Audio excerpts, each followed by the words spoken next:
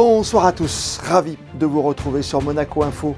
Toute l'actualité de ce lundi 24 octobre. Invités, reportages, vos infos pratiques tout près de chez vous et votre météo à venir. Avec, dès le début de ce journal, un détour par le Sportel, le marché du sport et de la télévision. Les sports, justement, à l'honneur ce soir, tous les résultats du week-end, avec un retour notamment sur le nouveau succès de la Roca Team en basket face à Bourg-en-Bresse. Et puis, on se projettera également sur le Tennis Europe Junior Master qui se déroulera à partir de mercredi au Monte Carlo Country Club. Comme l'an dernier, ce rendez-vous d'importance dans le calendrier des futurs champions de demain qui va donc réunir les meilleurs juniors dans leur catégorie, les moins de 16 et les moins de 14 ans, avec cette année en plus la présence du tout jeune représentant monégasque, Lénie Petit. La présidente de la Fédération monégasque de tennis, Mélanie-Antoinette Demassy, sera notre invitée dans un instant. Et puis demain, comment ne rien manquer de l'éclipse partielle attendue en fin de matinée, juste au-dessus de nos têtes. L'astrophysicien Eric Lagadec nous expliquera comment s'y prendre pour admirer ce phénomène astral. C'est un rendez-vous incontournable dans la vie automnale des grands salons à Monaco. Le Sportel 2022 a ouvert ses portes ce matin. Au-delà des remises de prix, c'est un marché de référence dans le monde du sport désormais et de la télévision. Anaïs Riu a fait pour vous le tour des stands accompagné de Thomas Deus. La convention incontournable consacrée aux droits médias et à la technologie des contenus sportifs fait son grand retour post-Covid en principauté. 3 journées immanquables pour les leaders du monde du sport et de la technologie, avec une édition 2022 qui affiche complet. NBA, FIFA, NFL, Eurosport et bien d'autres parmi les plus grands acteurs internationaux ont répondu présents.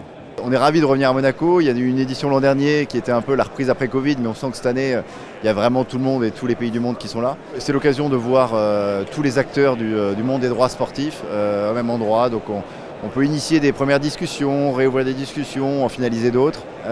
C'est l'occasion d'être tous au même endroit et évidemment en physique ça permet de régler pas mal de problèmes ou de créer de nouvelles opportunités.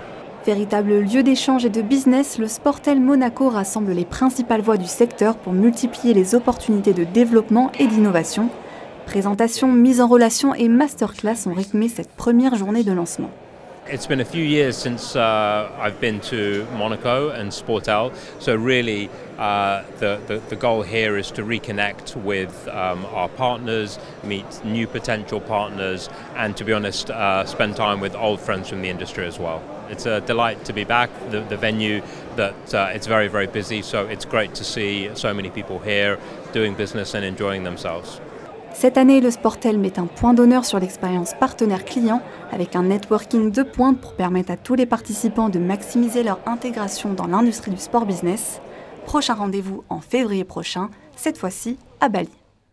Et demain, nous recevrons le double champion du monde d'escrime, le fleurettiste français Enzo Lefort, l'un des invités d'honneur du Sportel cette année. Autre événement sportif d'importance, en principauté cette semaine, le Tennis Europe Junior Masters. La découverte de jeunes talents, de futurs grands champions de la petite balle jaune. Pour évoquer ce tournoi organisé pour la 2e fois consécutive au Monte Carlo Country Club, sur la terre des légendes du tennis, la présidente de la Fédération monégasque, Mélanie-Antoinette Demassy. Bonsoir à vous. Bonsoir Christophe, merci de m'accueillir. On a hâte, vous savez, parce qu'à Monte Carlo, c'est la 2e fois consécutive qu'on va pouvoir avoir des juniors, mais les meilleurs jeunes. On va tout de suite vulgariser, ce sont les moins 14 ans et les moins de 16 ans, c'est bien cela, hein? Oui, en effet, les 8 meilleurs garçons et 8 meilleures filles, des moins de 14 ans et moins de 16 ans, du circuit junior européen. Et comme je pense tout le monde le sait, le continent européen est vraiment le continent pour le tennis. Donc ce seront vraiment les futures stars de demain. On les a vus, hein. On a vu des Nadal, des Zverev, bien sûr, des Kim Clijsters pour les filles. Mais c'est vrai que l'an dernier, en commentant, hein, avec Laurent Orsini, tous ces matchs, on a vu vraiment des purs talents, des gens qui s'accrochent. C'est déjà le début de la grande carrière. Ah, absolument. Bah, pour être, même je vais dire sur toute l'année, dans le top 10 du circuit européen, il faut être déjà des champions, il faut être des professionnels. Dans la façon de se comporter, dans les entraînements, que ce soit les entraînements physiques ou les entraînements tennistiques sur les cours, même tout ce qui touche la diététique. Enfin, ils ont vraiment une vie de sportif professionnel déjà à cet âge-là. C'est ça, on s'habitue à cette vie professionnelle. Et la bonne surprise, on ne va pas la taire plus longtemps ensemble, Mélanie. Il faut se dire, Madame la Présidente, qu'on a la chance d'avoir cette année un Monégasque qui va disputer ses chances dans les moins de 14 ans. Oui, ça, je suis vraiment très heureuse et très fière. C'est la première fois que nous avons un junior qui participe déjà à ce niveau, hein, nous n'avions jamais eu. Et là, qui a réussi à se sélectionner, il n'y a eu aucun passe-droit. Donc tout seul, il a pu se sélectionner au Tennis Europe Junior Masters, c'est la première fois. Et ça, c'est vraiment une grande première pour notre fédération et j'en suis très fière et très heureuse. Il s'appelle Lenny Petit, il faut tout de suite le dire.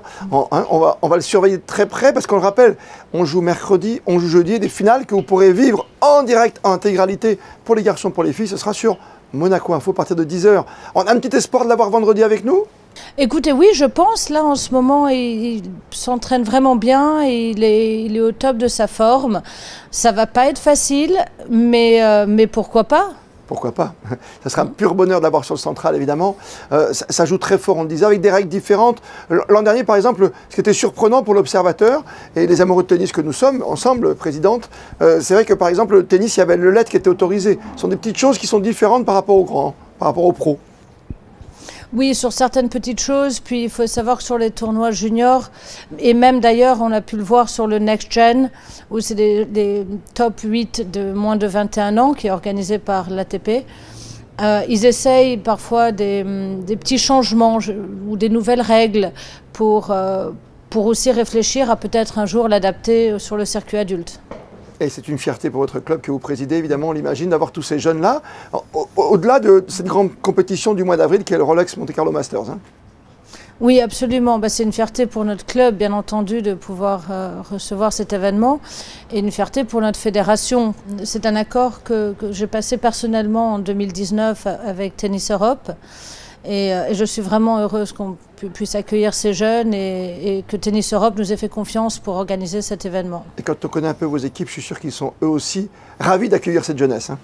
Oui, et nous sommes tous évidemment ici très heureux d'avoir Lenny, comme nous disions tout à l'heure, qui s'est qualifié, et vu qu'il s'entraîne ici au club quand il n'est pas au tournoi. Et son papa jouait pour Monaco également, donc c'est vraiment une histoire de famille. Et nous sommes tous derrière lui. Et toutes les équipes sont là présentes pour lui et pour l'événement. Il y a toujours une belle et grande histoire de dynastie à Monaco, vous le savez mieux quiconque. Merci en effet. Mélanie de Massy d'avoir été avec nous, notre invitée ce soir sur Monaco Info. Tennis Europe Junior Master Monte Carlo, c'est le titre exact. Ça commence mercredi. On peut rentrer tranquillement, il faut un petit billet pour rentrer. Qu'est-ce qu'il faut faire? On se présente simplement, il faut être membre? Non, c'est entrée libre sur les 3 jours de la compétition. Ouais. Très bien. Le Monte Carlo Country Club ouvre ses portes et pour que tout le monde puisse venir voir les matchs. Merci 1000 fois d'avoir été avec nous. On a hâte de vous retrouver sur place vendredi, toute l'équipe de Monaco Info pour commenter les finales en direct, les moins de 14 ans, les moins de 16 ans, chez les filles comme chez les garçons. Merci à vous. Merci beaucoup, bonne soirée. Les grands résultats du week-end, avec tout d'abord cette nuit la belle 3e place de Charles Leclerc au Grand Prix de Formule 1 des États-Unis à Austin. Derrière, Max Verstappen, le vainqueur, le champion du monde en titre, et celui qui par cette fois a remporté le titre suprême, faut-il le rappeler, Lewis Hamilton. Match très spectaculaire en conclusion de la 12e journée du championnat de France de football. Les Monégasques ont été battus 4-3 à Lille. C'est leur première défaite depuis 6 matchs en Ligue 1. Au classement, l'AS Monaco Football Club pointe aujourd'hui en 7e position. Côté basket, la belle série se poursuit en ce début de saison pour la Roca Team. 6 matchs, 6 victoires en championnat de France, et ce, après une semaine pourtant bien chargée. Et une fois n'est pas coutume, nos Monégasques se sont fait peur en fin de match. Résumé de la rencontre signé Yannick Debever. Dans sa salle presque pleine, la Roca Team démarre très bien son match face à Bourg-en-Bresse. Les Monégasques dominent dans tous les secteurs de jeu lors de la première mi-temps. Yacouba Ouattara dans le premier quart, puis Eli Okobo en sortie de banc font très mal à une équipe burgienne dépassée. 55-41 à la mi-temps, le match semble dans la poche des Blancs. Mais au retour des vestiaires, comme face à Tel Aviv et comme face au Panathinaikos, la Roca Team perd le fil, n'arrive plus à développer son jeu offensif et offre du rythme et des paniers faciles à son adversaire. Bourg-en-Bresse n'en demandait pas tant et se régale en infligeant un 29-11 aux Roca Boys dans ce troisième quart pour compter 4 points d'avance grâce à ce panier au buzzer d'Hugo Benitez. Dans le dur, la Roca Team va se faire violence pour arracher la victoire. Dante Hall secoue ses partenaires qui vont reprendre l'avantage petit à petit. Pour répondre à un James Palmer en feu, il fallait un grand, très grand Jordan Lloyd. L'homme du match est l'auteur de 18 points dont 14 dans le seul dernier quart-temps avec en plus 9 passes décisives. Malgré une inconstance dans le jeu, au mental et au talent, la Roca Team s'impose finalement 98-94 pour rester invaincue en championnat de France. I think they're a good team, and we just had to play 40 minutes, and unfortunately we had a couple mislaps of them getting some offensive rebounds and some easy shots, but I'm glad we got the win. Bon, je pense que c'est un point de progrès et que malgré ça, on continue d'avoir la victoire, donc ça montre qu'on est quand même une bonne équipe, mais non, moi je le vois plus comme un point de progrès et j'ai confiance en l'équipe qu'on a, des gros joueurs, des gros défenseurs, et donc voilà, je suis pas inquiet. Prochain rendez-vous pour la Roca Team ce jeudi en Euroleague avec un déplacement dans le stade de la paix et de l'amitié entre de l'Olympiakos.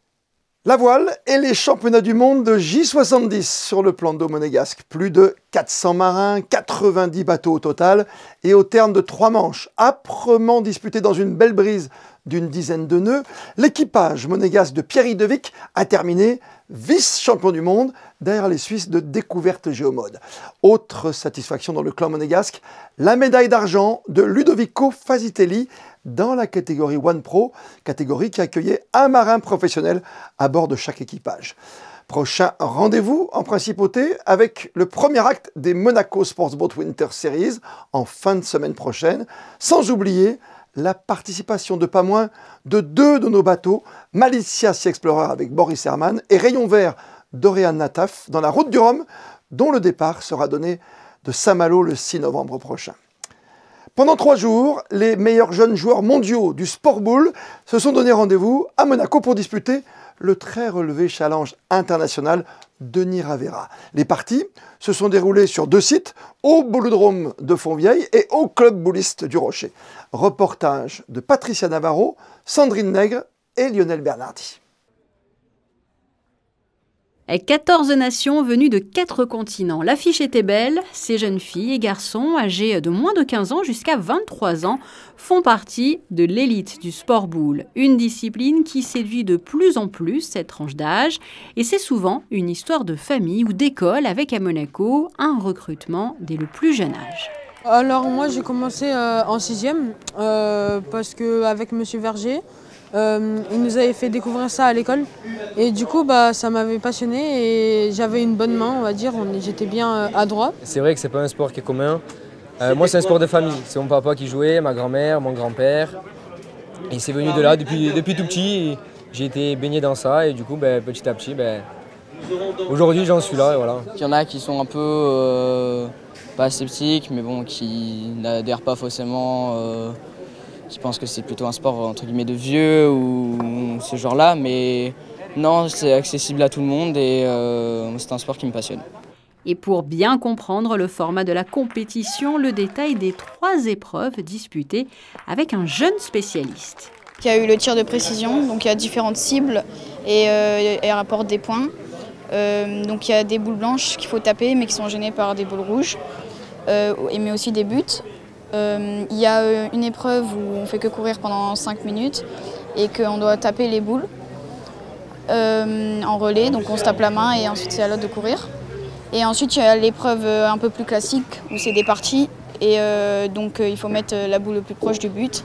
Les représentants monégasques n'ont pas démérité, ils terminent pour 3 d'entre eux en haut du tableau. Les belles performances donc en tir de précision, 3 joueurs issus du centre de formation avec un U15 Elliot Royerig qui a terminé 4e mais qui a jusqu'à présent pas trop de pratique. Il s'est super bien débrouillé, on est vraiment très content.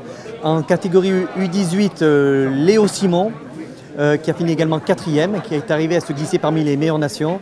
Et puis en U23 aussi une belle satisfaction, même si c'est une 4e place pour Raspo Louis en U23.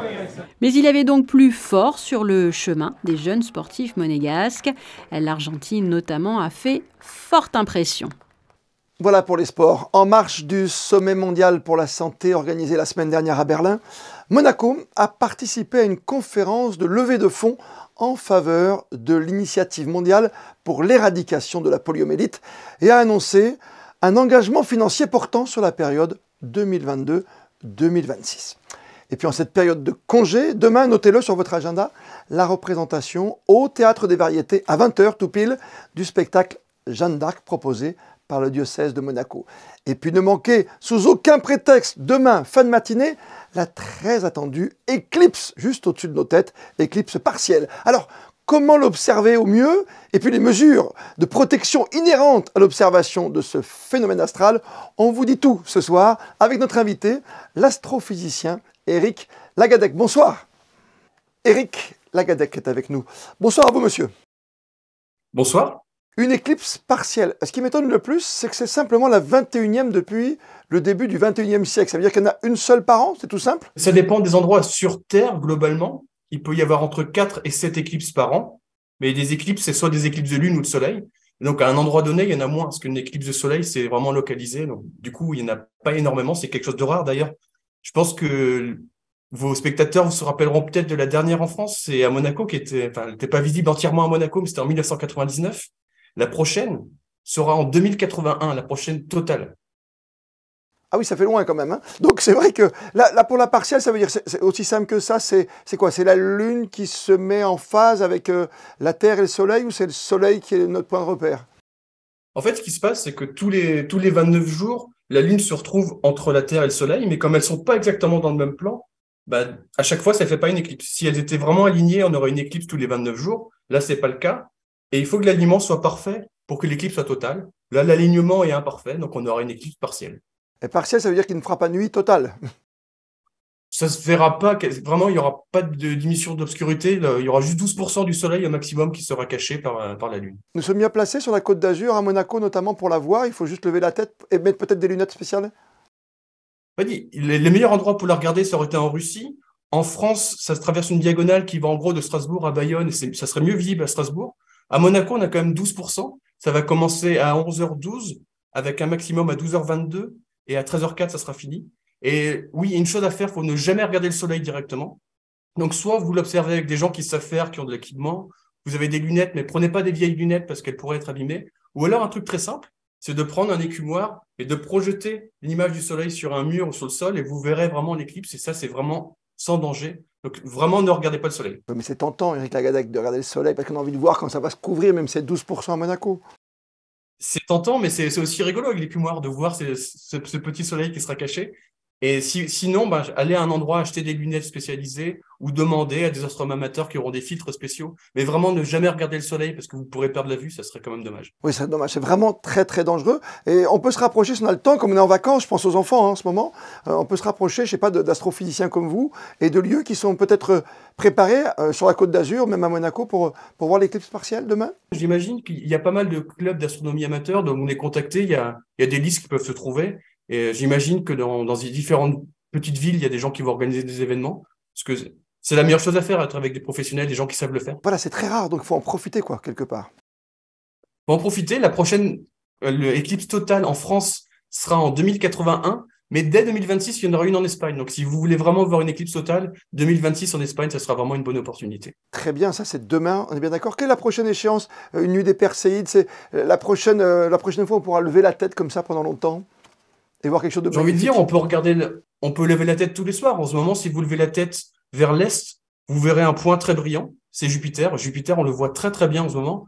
Prenez une petite lunette, des jumelles, vous pourrez voir les satellites de Jupiter. Vous les verrez tourner autour, vous refaites l'expérience qu'a fait Galilée il y a plus de 400 ans. Et on voit que tout ne tourne pas autour de la Terre, on n'est pas le centre du monde. Ça, c'est quelque chose à refaire tous les soirs. Il y a aussi Saturne qui est visible en ce moment. Donc profitez. Si vous avez un télescope, regardez les anneaux de Saturne, c'est toujours quelque chose de splendide. Ouais, c'est magnifique, vous nous faites rêver. Et il n'y a pas trop de pollution justement dans l'air? Est-ce qu'il n'y a pas des débris qui pourraient briller à un moment donné, qu'on pourrait confondre avec une étoile normale? Ce qui est gênant, c'est pas tant les débris quand on observe, mais c'est plutôt la pollution lumineuse. Quand on est sur la Côte d'Azur, on le voit bien, il y a beaucoup de lumière. Mais on a beaucoup de chance dans les Alpes-Maritimes et sur la Côte d'Azur, c'est qu'on a une réserve internationale du ciel étoilé.